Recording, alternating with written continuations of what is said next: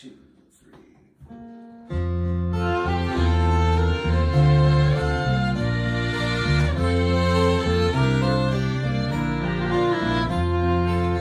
There was a lad who was born in Kyle, but once a day, once in style, a doing hardly worth a while. Take the nice wee Robin. Robin was a roving boy, a ranting, roving, Robin was a roving boy, a ranting, roving Robin. Born as high was here beneath, was 5 and 20 days behind. 'Twas then a blast of January blew hastening on Robin. Robin was a roving boy, a ranting, roving, Robin was a roving boy, a ranting, roving Robin. Gossip cake had been his move, each what lives shall see the proof. This folly boy will be a proof. I think we'll call him Robin. Robin was a roving boy, a ranting, roving, Robin was a roving boy, a ranting, roving Robin. He has misfortune great and small, but many a heart all they are. Will be a plenty of sun, will be a food on Robin. Robin was a roving boy, ranting, roving,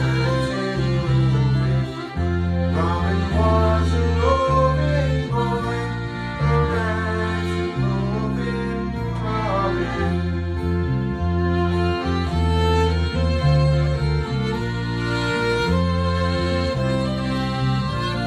Robin was a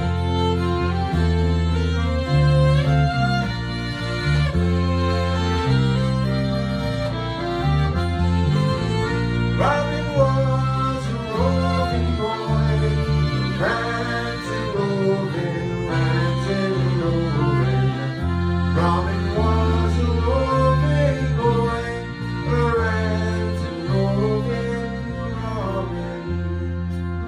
But you're as sweet as we make time. I see you sport and dine. This chap will be like a king, so he's will be Robin. Robin was a roving boy, ranting, roving, Robin was a roving boy, a ranting, roving Robin. Robin was a roving boy, a ranting, roving, Robin was a roving boy, a ranting, roving Robin.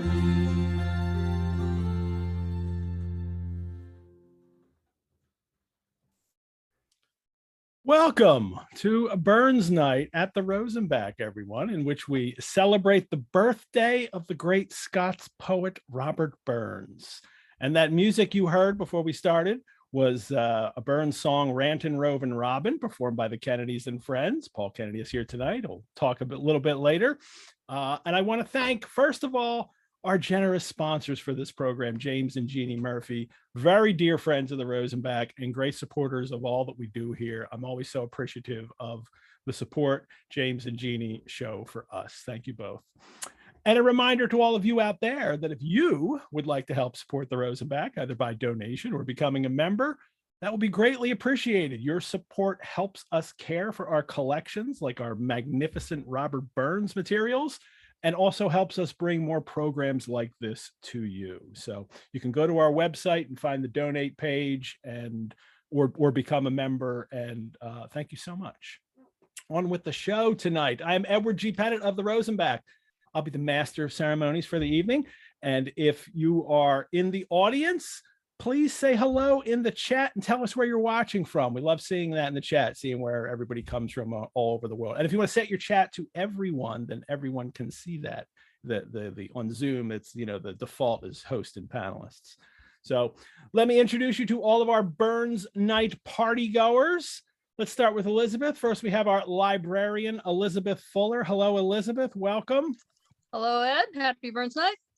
And I'm going to ask each of you why Burns Night is important or enjoyable to you, but I'm going to wait for that to your first time when you're participating in the program. So next we have Dr. Alexander Ames, Associate Curator at the Rosenbachs. Hi, Alex.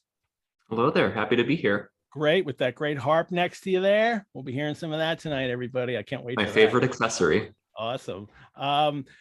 Steve Newman is Associate Professor at Temple University, longtime participant in our Burns Night celebrations. Even taught a Burns course for us one year, didn't you, Steve?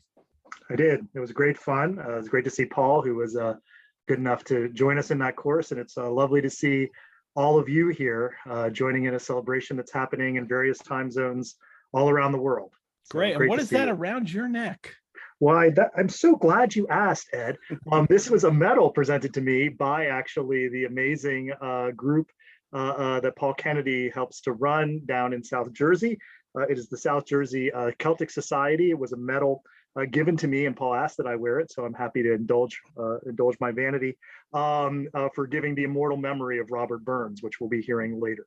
That is great. And last but not least is Paul J. Kennedy from the South Jersey Celtic Society, and also a musician. He was playing on that tune you heard earlier, and has been a musician at our Burns Nights for the last few times we've done it live. Hi, Paul. Hello, Ed. Thanks so much for inviting me. Yeah, I just want to introduce the group that you heard. There's my son, Paul Jr. on the violin. Joe Mullins was singing that beautiful tune, and on accordion we had Bob Hurst, and I accompanied them on the guitar. But yeah, we have a lot of fun at South Jersey Celtic Society. So happy we could provide you with a couple of songs from our practice session. Great. We will hear some more in a bit. I've just put in the chat on Zoom the order of the evening, what our program for the night. It's not a long program, not like the usual Burns Night. We're there for, 2-3 hours. We don't even know how long because we've drunk so much, whiskey over the course of the evening. But tonight we're, because it's a virtual program, and I think a virtual program can never do justice to that festive atmosphere of celebrating Burns Night in person. We have a few things tonight that will help us commemorate the occasion. And if you were signed up, some of your audience may have been signed up for our live Burns Night, and only that it was only postponed. We are still having it, and it looks like we've even chosen a date for it. And if you have already registered for it, then you're registered for this, and you won't need to do anything. But we'll send you that information in the email, and it's going to be on a Friday night, April 8th. So I hope you can make it. I hope everybody here is going to be able to make it. I think, Paul, you'll be playing live that night for us. Steve, I hope you can come and read that night. Then, but that won't be until April. And if the weather's nice enough, maybe we'll be in the garden in back of the Rosenbach. We'll see. But first up tonight, here's Alex Ames, who's going to share with us a couple items from our collections, which are actually on display right now at the Rosenbach in our programs gallery. Take it away, Alex. Thank you so much, Ed, and thanks to everyone who's joining us for this wonderful event. As Ed mentioned earlier, my name is Alex Ames. I am the Associate Curator at the Rosenbach, and I also like to call myself the Rosenbach's Celtic Harpist in Residence, which is a title that I've sort of invented for myself for obvious reasons. I look forward to kicking off our celebration tonight by sharing just a couple objects from our collection. with you to sort of set the scene for what will follow. Before I do that, however, I first want to share a quote with you from one of my favorite authors, not Burns, but another author, a sociologist actually, by the name of Rogers Brubaker, who writes a lot about ethnicity and nationhood. And this quote, which I read for the first time many years ago, really resonates with me, especially on a night like this, in which he writes about the construction of national identity. And I quote, "Ethnicity, race, and nationhood are fundamentally ways of perceiving and interpreting the social world. They are not things in the world, but perspectives on the world." And I think that tonight it's very appropriate to think of ethnicity and nationhood in that way, thinking about Robert Burns and another author well represented in the Rosenbach collection, two figures who were really critical in shaping Scottish identity, past and present, and we can assume the future as well. I, of course, am talking about Sir Walter Scott as the other important author of focus. I want to share with you two objects currently on display in the program's gallery at the Rosenbach, as Ed mentioned, that you can come and see during our visiting hours and see these particular pieces up close and personal. On the right-hand side of your screen, you see the manuscript of Robert Burns's poem, Bannockburn. And on the left-hand side of the screen, you see a first edition of Sir Walter Scott's novel, Waverley. These two works of literature had tremendous influence and continue to have tremendous influence on the shaping of a shared Scottish sense of identity. And I'd like to tell you a little bit about each of these to give you a sense of the work that these two authors did in this regard. And again, these are just two pieces of the scores of objects we have at the Rosenbach that fit into this story. So first, we'll talk about Bannockburn, the Burns manuscript you see on the screen, dating to the 1790s. This is a presentation copy of the manuscript of Bannockburn. What I mean by that is this wasn't the working draft that Burns used as he was composing this verse for the first time, but rather a copy that he created as to give as a gift to a family member. This is perhaps more famous, not so much as a spoken poem, but rather as a song, Bannockburn or Scots Wha Hae, which ranks as one of the sort of unofficial national anthems of Scotland. In the narrative of this poem, it's told through the perspective of Robert Bruce to his troops at the beginning of the Battle of Bannockburn in 1314. And in this verse, Bruce himself invokes another very famous legendary Scottish military figure, William Wallace, in those famous opening lines that you see at the top of this manuscript. "Scots Wha Hae where Wallace bled, Scots when Bruce has often led," and so on and so forth. This poem is a patriotic testament to the fight for Scottish independence. Now, if Robert Burns has rightfully earned a reputation as a sort of advocate for the common man, even as a radical in the age of revolution, Sir Walter Scott, as his title would suggest, was a little bit more of a conservative and a gentleman. You see his printed book, Waverley, his novel, on the screen as well, dating to 1814. The Rosenbach owns a large number of first editions of Scott's works.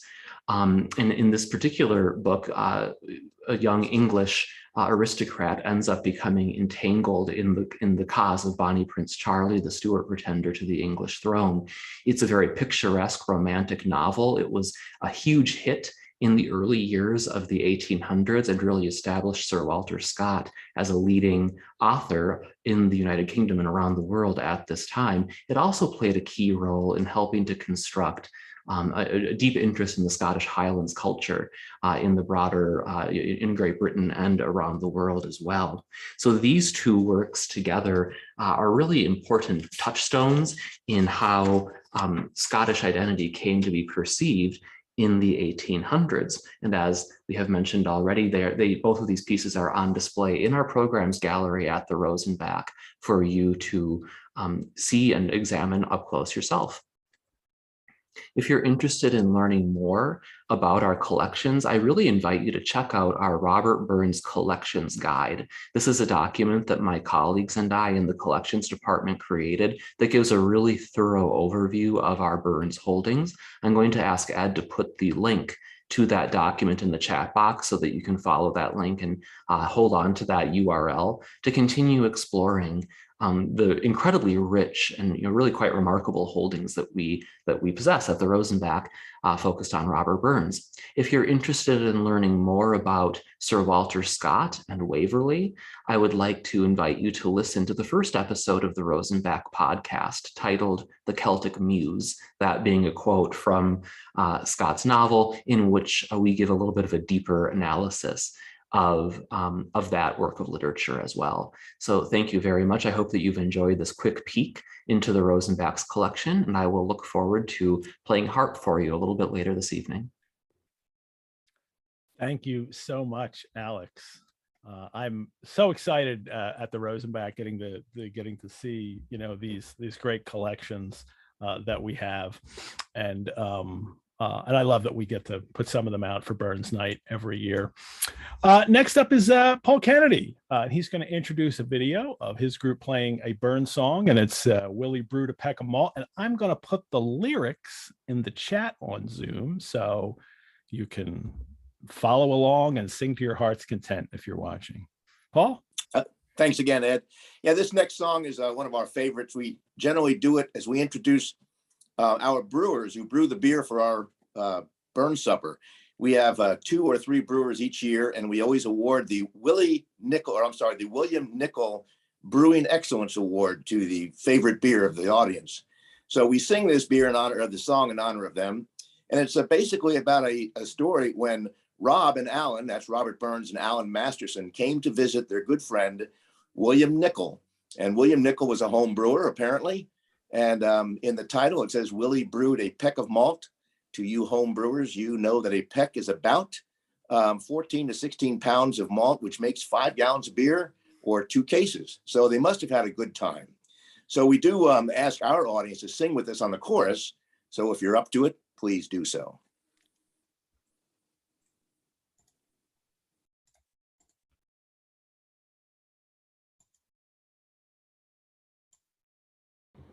Great.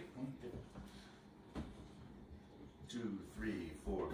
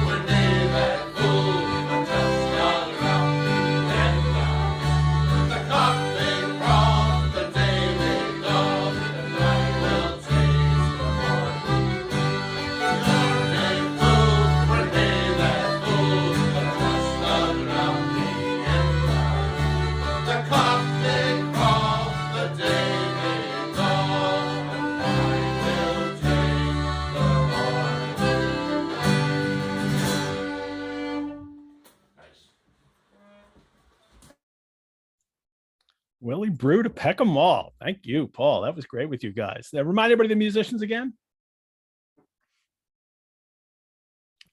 Yeah, that was my son, Paul Jr. on the fiddle, Bob Hurst on the accordion, Joe Mullen on the bass, and I was playing the guitar. I should tell you that this was a practice session that we had hoped to have a final from our dinner, but that didn't happen. But this was what we do to get together. I think we've already had a few. And for those of you who don't know, we are nae fou. We're not that fou. Fou is drunk in the Scots dialect. So we're not drunk. We're not that drunk anyway. So we had a lot of fun. Thank you, Paul. What is it about Burns Night that is so special for you? Oh my goodness. This could be an hour answer. Yeah. Well, I would tell you that I was introduced to Burns when I lived in Belgium. And I was very excited. I did not go to a dinner there, but I had a lot of friends who did, and we got together afterwards and discussed it. And I said, this is something I've got to do. So I read more about Burns. And then I was fortunate or unfortunate, depending on how you look at it, to spend 2 years in Iraq and 2 years in Afghanistan. I was able to do 3 Burns suppers over there. And I brought that back to our area and started our club, which eventually blossomed into the South Jersey Celtic Society. But Burns, it's amazing to me that no matter where I went in the world, Burns was so popular there already. We had a Russian ambassador that spoke at the Afghan Burns supper, and he read a poem in the Scotch dialect, or he recited, he didn't read it. And then he recited the same thing in Russian, all from memory. And he said at the end, he said, there's 3 things that Russians love: whiskey, women, and Burns, and not in that order. So yeah, there's a lot about Burns we love. All right. That fellowship that's all over the world too. That's so great. All righty. Well, thank you. We'll have another song from Kennedy and the Kennedys and Friends in a little while. Right now we have Elizabeth, who's going to read a Burns favorite for all that. And before you read that, Elizabeth, just let me know what makes, and especially at the Rosenbach, what makes Burns Night at the Rosenbach so special or so enjoyable for you? Well, part of it is just being part of this thing that is going on all over the world. People celebrating their Scottish heritage and people of other backgrounds celebrating what is really universal in Burns's work. At the Rosenbach, we have particular links to a community of researchers and scholars all over the world who come to work with our Burns collections. And people on site, somebody was putting in a staff chat today how they remembered tearing up at singing Auld Lang Syne at our 2020 celebration. And I was we all hold hands when we do that in person. It's really, it's wonderful. And just imagine that, you know, we're holding hands virtually with people all over. Thank you. Go ahead for all that. And we have this in our collection too. And I'm sharing a picture of this, correct? Yes, you've got a picture of that, right? Yes. I do. Let me open so that here up. is this is one of the more than 50 manuscripts of Burns poems in our collection, manuscripts in his hand. It was like many of the others, part of a great collection that Dr. Rosenbach bought from Robert B. Adam, who had inherited a collection and grew a collection from his uncle of the same name, Scottish American. So you may or may not be able to follow along with the words as I read. I should say the most amazing rendition of this I have ever heard, you will find on YouTube, is a video of it sung solo and a cappella, except for the last verse, in which the whole chamber joined in at the opening of the Scottish Parliament in 1999, the first Scottish Parliament in 300 years. I will put the link to that in the chat when I'm finished. It is really something. Is there for honest poverty that hangs his head and all that? The coward slave, we pass him by. We dare be poor for all that. For all that and all that, our toils obscure and all that, the rank is but the guinea's stamp. the man's the goad for all that. What though on hamely fare we dine, wear hodden grey and all that? Give fools their silks and knaves their wine. A man's a man for all that. For all that and all that, their tinsel show and all that, the honest man, though e'er sae poor, is king of men for all that. You see yon birkie called a lord, with struts and stairs and all that. Though hundreds worship at his word, it's but a coof for all that. For all that and all that, his ribbon star and all that, the man of independent mind, he looks and laughs at all that. A prince can make a belted knight, a marquis, duke, and all that, but an honest man's aboon his might. Good faith, you maunna fa that. For all that and all that, their dignities and all that, the pith of sense and pride of worth are higher rank than all that. Then let us pray that come it may, as come it will for all that sense and worth o'er all the earth shall bear the gree and all that. For all that and all that, it's coming yet for all that man to man the world o'er shall brothers be for all that. Thank you. I love hearing that every year. It's something we need to keep saying.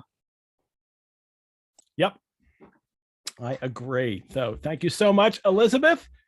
Next up, we have Alex Ames, this time to play his harp. But before you do that, Alex, I just wanted to ask you about your connection with Burns Night and how special it is for you. Well, great question. I think that for me, Ed, you were showing some images from the Rosenbach's Fine and Decorative Art Collection at the beginning of the program. And on a lot of them, you'll see images of a lyre or a harp intertwined with other symbols of Burns's life and his writings. And the thing that really speaks to me about Burns and about Celtic culture, and something that is, I think, evidenced in the Rosenbach's collection, is how the arts come together on Burns Night. And really, in this particular culture. So the literary arts, the musical arts, the visual arts, all find representation in the Rosenbach's Burns collection and in this. Oh, we got a little bit of a freeze from Alex there. Hopefully that'll resolve itself momentarily. Oh, there it is. You froze for a second there, right at the end there. I'm back. Go ahead. Sorry.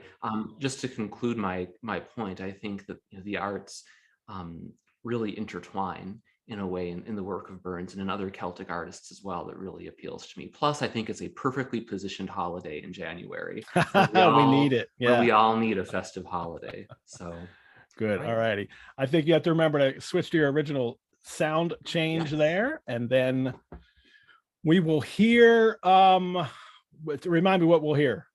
Well, I'm going to be playing my two favorite Burns pieces, two of my favorite songs to play on the harp, My Heart's in the Highlands and My Love is Like a Red, Red Rose. So I hope you enjoy them. Thank you.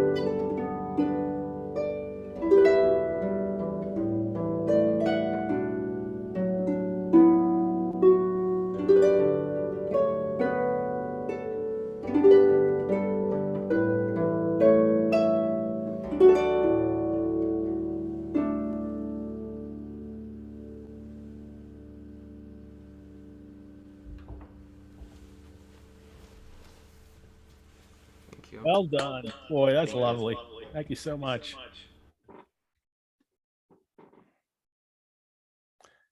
That's just great. I just wanted you to keep playing. So as we all do. It's what a joy, let me tell you, everybody, to work with someone who plays the harp like that. And last year Alex did a little program, which I'm very certain is available online. His Sure is. Hearts in the Highland harp performance last year that we did in place of Burns Night. You can find it on the Rosenbach's YouTube page or on the Rosenbach's website. Now it's time for the haggis. And I have a haggis here with me. I got some haggis, and then I baked it. I made a couple haggis pies here, a couple pasties that I made all by myself. So this is what I will eat for I'm waiting for the address to the haggis. Please, everyone, welcome Steve Newman. Steve, you ready? Oh, I have my knife too, because I have to do that, right? You have your knife. I have my knife. We're ready to go. All right.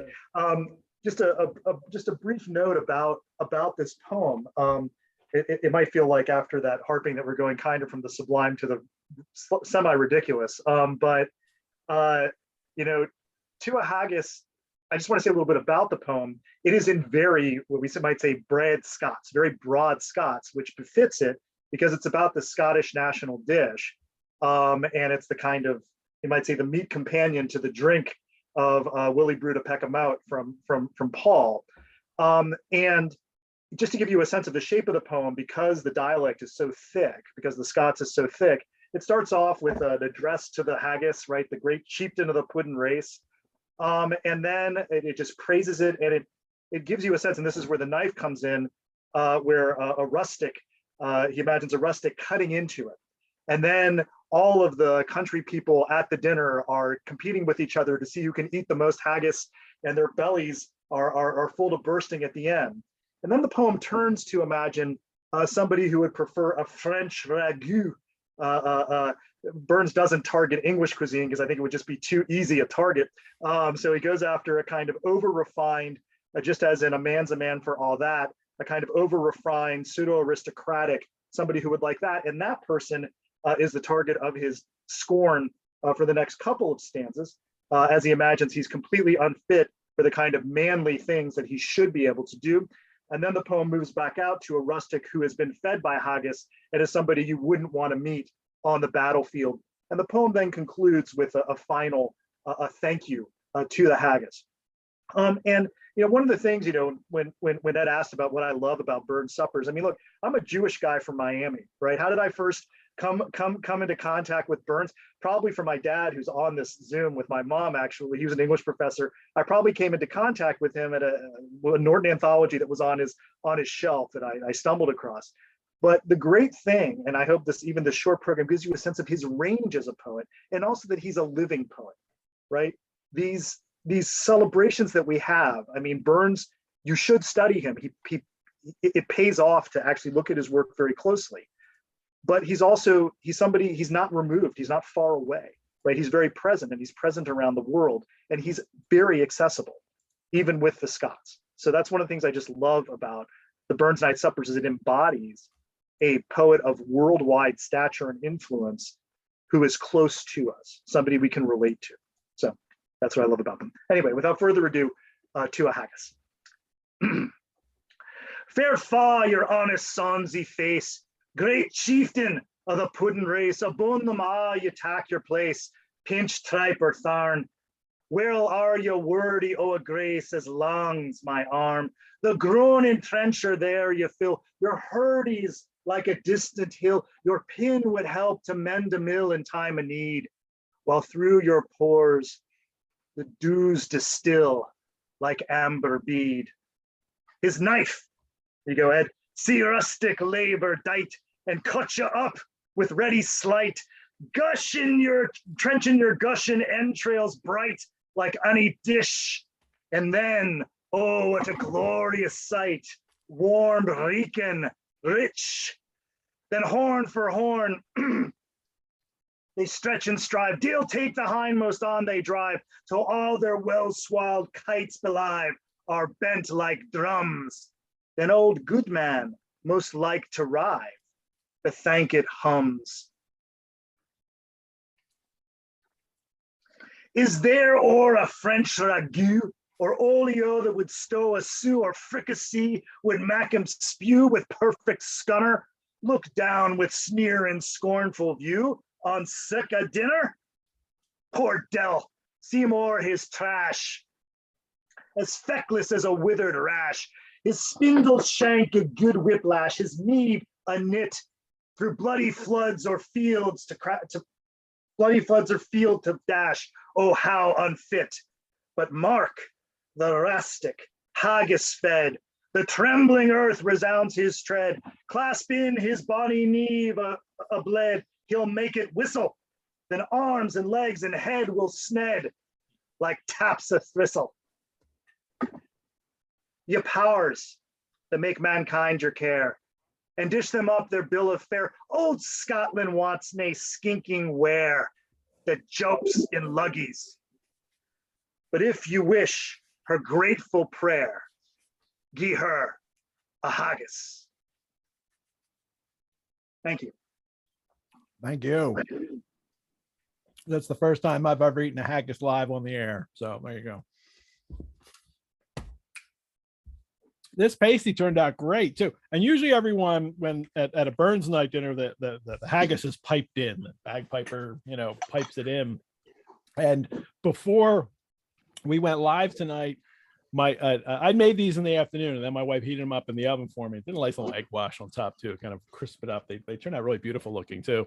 But her and my daughter brought them into the room with bagpipes playing on my daughter's phone. So, and they piped in my haggis. So, Steve, that's wonderful. Thank you so much for doing that. Wow, now I'm a mess. All righty. And now let's have a toast to Rabby Burns. Normally the toast to the immortal memory is a long speech, and I'm going to keep it simple tonight, and I'm just going to use a Burns poem as the toast. And I'm drinking from the Isle of Arran distillers, their Robert Burns whiskey, which is actually really tasty. And I kind of save it and just drink some of it every year on Burns night. But let me just charge a little more. So charge your glasses.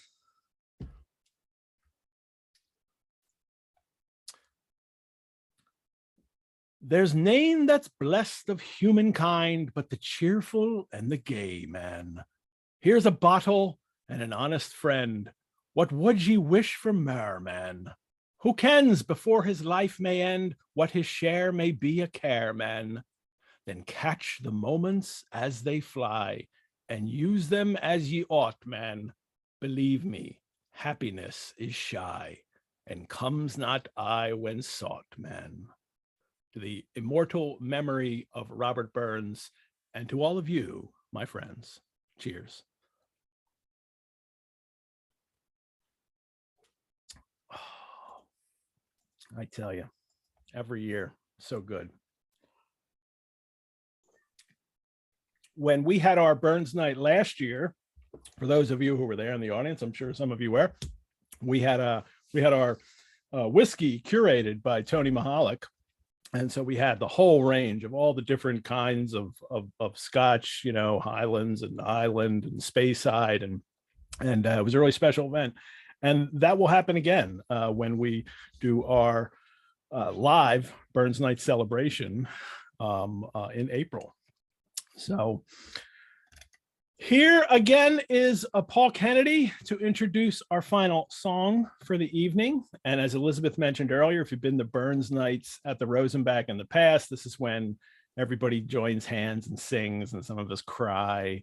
And it's a great moment. But I'm going to play a video of Paul and friends singing this, and we'll mute ourselves here so you can listen to them singing. But you at home, you should be singing this out loud as it's going on, as I will be singing out loud as I'm muted here. And I put the lyrics in the chat. So take it away. Paul, you want to introduce this? Yeah, very brief. I don't think this song needs any real introduction, but it's important to note that there are really 5 verses. People tend to forget the middle verses. So at your leisure, you should take a look at those. It's a beautiful song in its entirety, but it's very rarely sung in its entirety. And we're only going to do the 2 verses tonight. So again, join hands 2 times, long times ago. Right. And here is the share.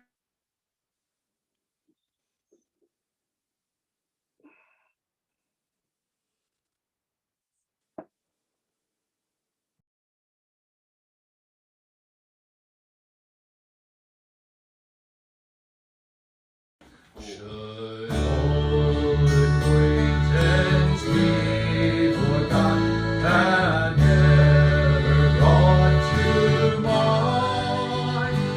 Should old acquaintance be forgot and the days of auld lang syne? Auld lang syne, my friend. Oh,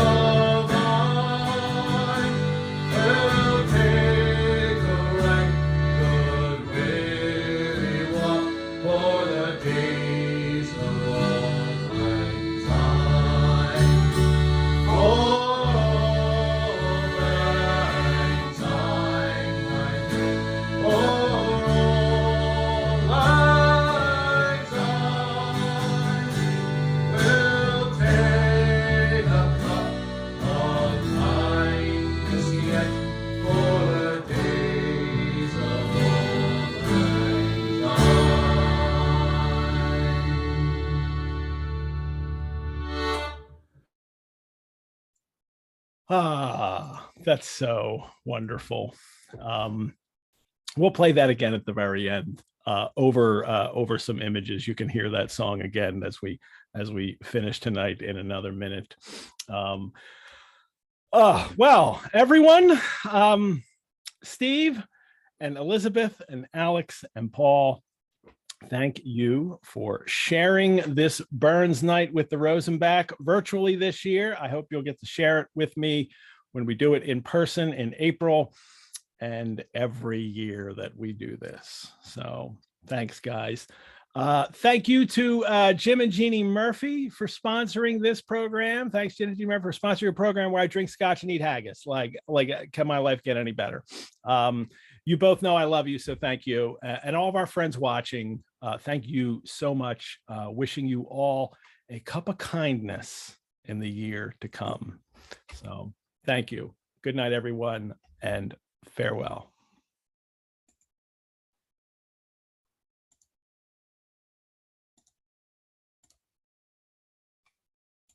Should